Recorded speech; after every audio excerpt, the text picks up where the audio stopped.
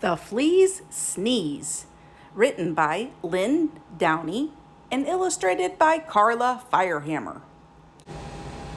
On a dark, dark night, on an old farm, in a rickety, tumble-down barn, everyone slept.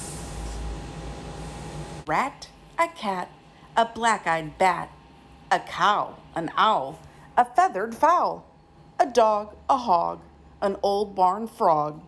Everyone slept peacefully, but not the flea. No one heard him cough.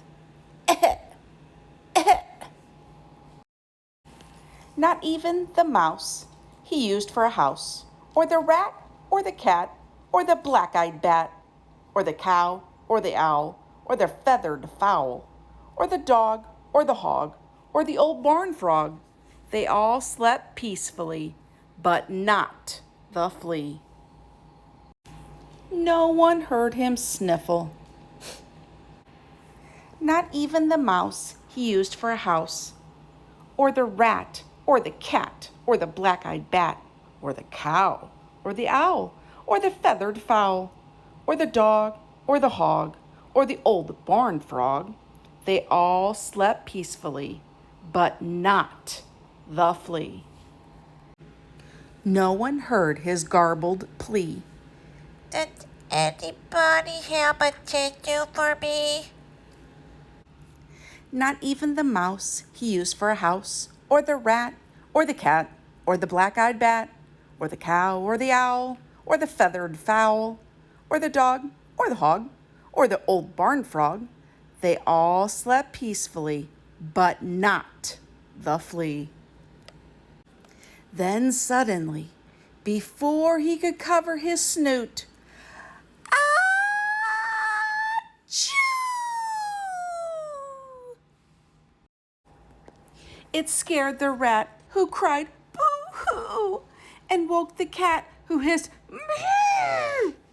It baffled the bat, whose eyes turned blue, and confused the cow, who muttered, moo, moo. It outraged the owl, who hollered, hoo, hoo, and fluttered the fowl, who crowed, cock-a-doodle-doo. It daunted the dog, who barked, woo, woo, woo, woo, and sprayed the hog, who screamed, eew, and reminded the frog of his old nephew. But the mouse the flea used for a house kindly gave him a tissue. The flea wiped his nose, and before his eyes had even closed, he began to doze.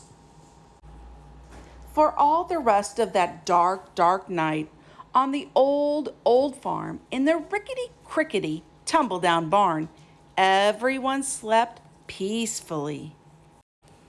The flea and the mouse he used for a house, the rat, the cat, the black-eyed bat, the cow, the owl, the feathered fowl, and even the dog and the old barn frog.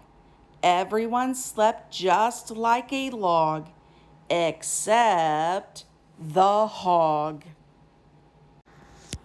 No one heard his garbled wheeze. I think I gotta need.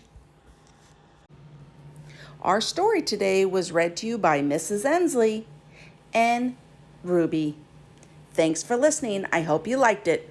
Bye-bye.